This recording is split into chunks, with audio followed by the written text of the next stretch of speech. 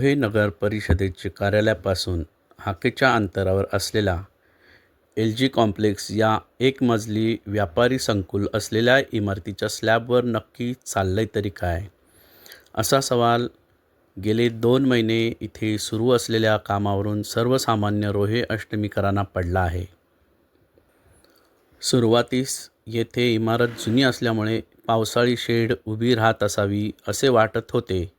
मात्र जसजसा कालावधी गेला तसतसे मोठमोठे अवजड लोखंडी बीम उभे राहत आता त्यावर छप्पर उभारणीचे काम सुरू आहे. त्यामुळे नक्की येथे चाललंय तरी काय याचे स्पष्टीकरण मुख्याधिकारी तथा प्रशासक अजयकुमार एडके यांनी दिल्यास सर्वसामान्य रोहेकरांचे कुतूहल या होत असलेल्या कामाबद्दल संपेल.